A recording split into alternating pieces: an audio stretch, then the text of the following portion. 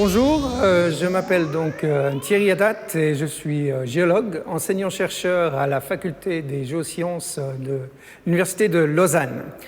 Et donc je vais vous parler du temps en géologie.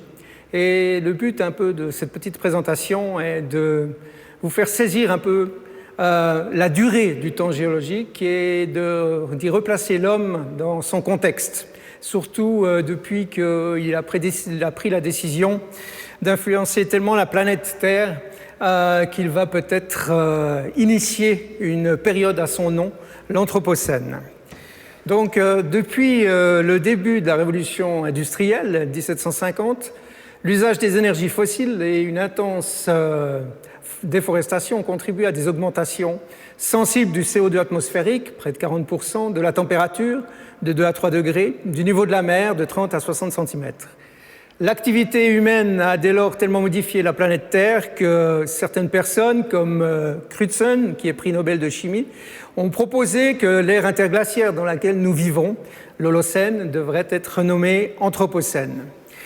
Mais à l'heure où l'homme risque d'être probablement la première espèce responsable d'une extinction de masse, comme celle qui a fait disparaître les dinosaures il y a plus de 66 millions d'années, il est donc important de rappeler que l'homme et son Anthropocène ne sont même pas une microseconde dans l'histoire de notre Terre, qui est âgée, je vous le rappelle, de 4,55 milliards d'années.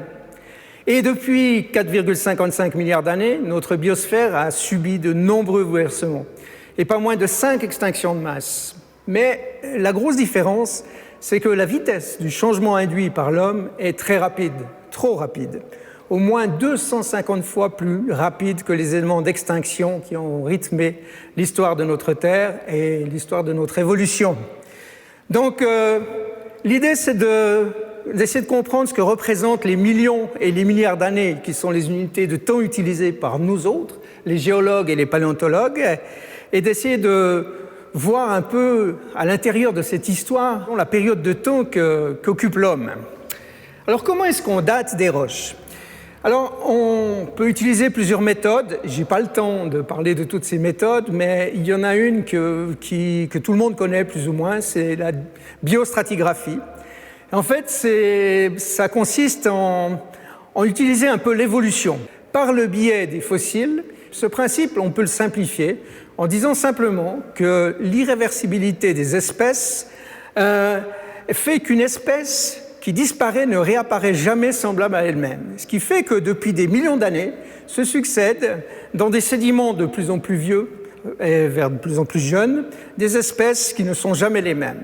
Et ici, vous pouvez voir donc certaines de ces fossiles qui sont utilisés pour dater ces roches relativement, comme les ammonites, le microplancton fossile, les trilobites et même les dinosaures. C'est ainsi que sont nées l'échelle des temps géologiques qui résume l'histoire de la Terre et la biostratigraphie, la méthode de datation relative tirée de la succession des archives fossiles. Donc, pour terminer, je vais simplement vous emmener depuis la naissance de la Terre jusqu'à l'actuel. On va traverser ces 4,5 milliards d'années, mais en fait, pour vous donner une idée justement du temps que ça représente, on va dire que ces 4,5 milliards d'années correspondent à une journée. En fait, à 12 heures. Et l'histoire de la Terre a commencé donc à minuit. Alors là, pendant 10h35, c'est un peu ce que je pourrais appeler la période sombre. C'est-à-dire que c'est là que, en fait, on a l'accrétion de la Terre, ensuite les continents, et l'apparition de la vie dans une sorte de soupe prébiotique, et quelques microfossiles. Et tout d'un coup, vers, on va dire, 2 à 3 milliards d'années, apparaissent des organismes un peu plus développés, très importants pour l'histoire de l'évolution, puisque ce sont eux qui vont en fait oxygéner les océans. Et par la suite, cet oxygène passera dans notre atmosphère, ce qui rendra la vie possible sur la terre ferme. Tout ça, c'est très long. Donc vous allez le voir par rapport au reste de l'histoire que je vous raconte. 10h35 d'une journée donc de 12 heures.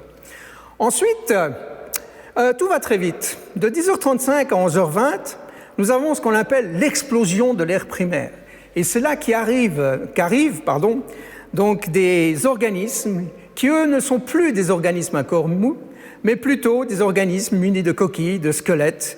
Et ici, l'évolution va prendre un tournant primordial extrêmement rapide, puisque à l'ère secondaire, c'est-à-dire à peine 1 heure plus tard, apparaissent les dinosaures, les mammifères, et d'ailleurs ces dinosaures vont disparaître à la fin de l'ère secondaire, vers à peu près 11h50, et pour laisser place aux mammifères de l'ère tertiaire.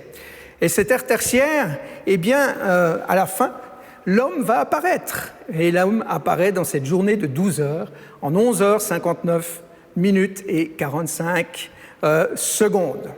Donc, ça vous donne un peu, disons, l'idée de ce que c'est que le temps en géologie. C'est quelque chose de très long.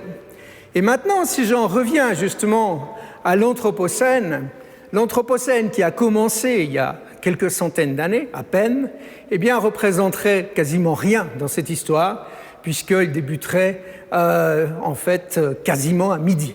En guise de conclusion, je dirais que l'Anthropocène, c'est-à-dire cette époque que l'homme aimerait introduire, ne représente même pas 1/1000e de seconde de l'histoire de la Terre. Et c'est probablement très précipité d'en faire une époque géologique, dont on sait quand elle commence, mais dont on ne sait pas trop comment et quand elle finira. Je vous remercie.